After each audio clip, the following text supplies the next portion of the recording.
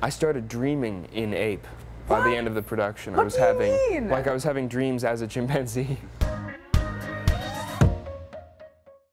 Planet of the Apes is 60 years old, starting with the novel in 1963, so we all have some sort of connection to it. What was your first experience with Planet of the Apes? My first experience was the '68 film, just watching it when I was a child and probably way too young to see it. Yeah.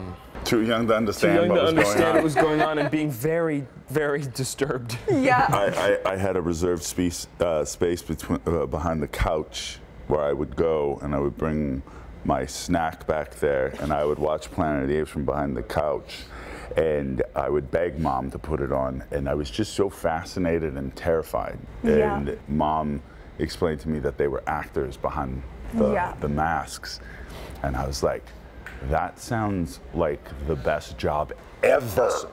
I started dreaming about that. Wow. I started doing my ape runs in the forest behind the house in Thunder Bay, and and now I'm the king. Yes. Oh Yes. my gosh. Yeah. So for you, that dream started early. Did you ever think that you would be Noah? No, I didn't think I would be. It also started early for me, but with King Kong, with seeing Andy Serkis play Kong, and I was 6 years old, I think, which is probably About around the same, yeah. And just fell in love with that character and how much humanity he brought to Kong, you know, through, and we had the same thing of like my mom explained to me like that's a human in a performance capture suit with little dots, and she showed me like videos, and I think that was the first moment where I was like, oh, you know, because I'd wanted to be an actor before that, but I hadn't understood how, because I'd always been interested in like the more creature side of it, and suddenly it was like that's the way to do it. So yeah. In Kingdom, we find your character Noah fighting to preserve the way defined by Caesar and Proximus Caesar, trying to rule over everything with humans past. Owen, what was it like taking on such a big role? And Kevin, how did you find your voice with Proximus? You want to go first? You want me? Sure. It was. I mean, it was. Sure. It was an honor, and it was honestly a lot of pressure. You know. It was. There was about 3 weeks before we started shooting where I was just like, oh my God, I can't do this. You know, I was really freaked out, but it was when we were still sort of in ape school and finding finding my voice and the body and everything. And then as soon as I found the voice for Noah, you know, which isn't much different than my own, but there was like something that I had to figure out in there.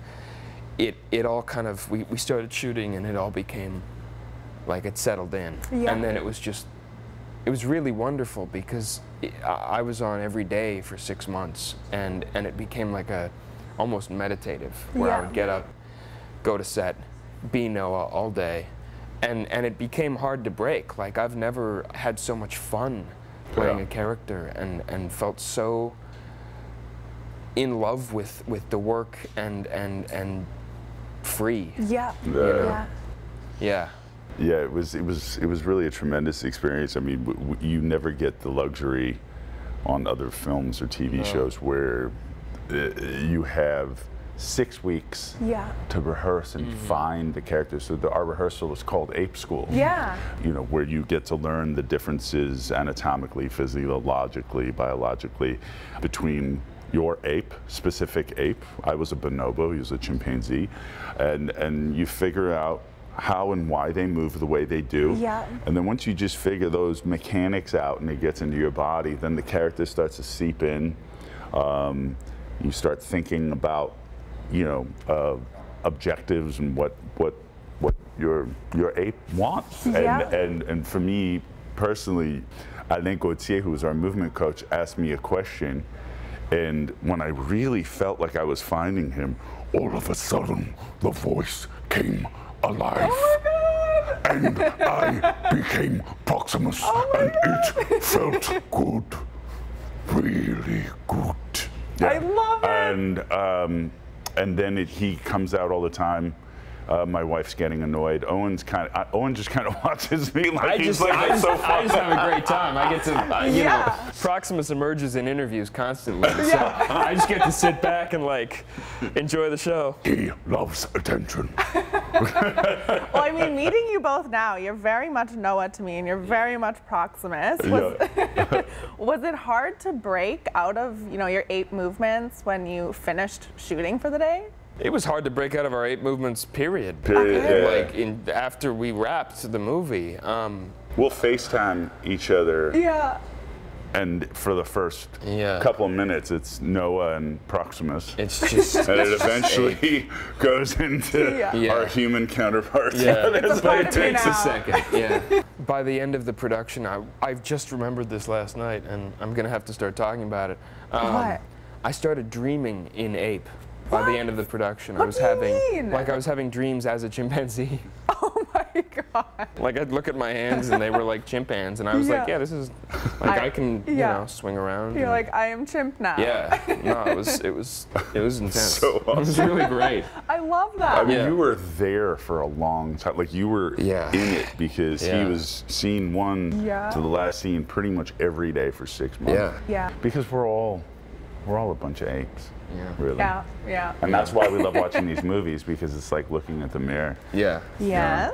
Fear it forces us to really take a look at who we are in this world, what we're doing in this world, what we're doing to each other. I think you can watch the movie and ask yourself all those questions, or you could just sit back, eat popcorn, bask in the splendor of all the work that's on the screen. Yeah. But do you think the audiences will catch those references? Because I myself, as an Indigenous person, noticed, you know, the metaphors of racism and Indigenous ways of life. I think they definitely will. It's, I mean, that you caught them? Yeah, I definitely caught them. It feels really present, doesn't it? Yeah, I loved the movie, and it had me on the edge of my seat the entire time. Great. I'm glad you caught them. That's good. It was the first thing I noticed when I read the script. Yeah. Are you Ojibwe? No, I'm Cree. Cree. Yeah. Very cool. Very cool. I grew up in Thunder Bay, so a lot of my friends were Ojibwe. You're familiar. Well, lastly, Kevin, before we get cut off, you've been in quite a few movies with Ryan Reynolds. You know, Smokin' Aces, The Captive, and indirectly Wolverine. Origins, where you played the Blob. So I have to ask, will the Blob be making an appearance in Deadpool and Wolverine? If he is, I haven't been notified. Okay. So Ryan, where the hell are you? Why haven't I gotten the call? Hugh, come on guys, give me a call. Blob's ready. Did you call me Blob? He's ready. Proximus wants the Blob to make a return. Proximus and Blob together would be a force. Oh my God. Oh yeah. Now that's scary. That's a crossover. That's a buddy cop movie right there. That's a buddy cop. That's the crossover we need. Proxy and Blob. Like the video? Then hit the button, or better yet, drop us a comment. Then check out our latest videos here. And don't forget to subscribe by hitting the button here for more celebrity interviews and entertainment news.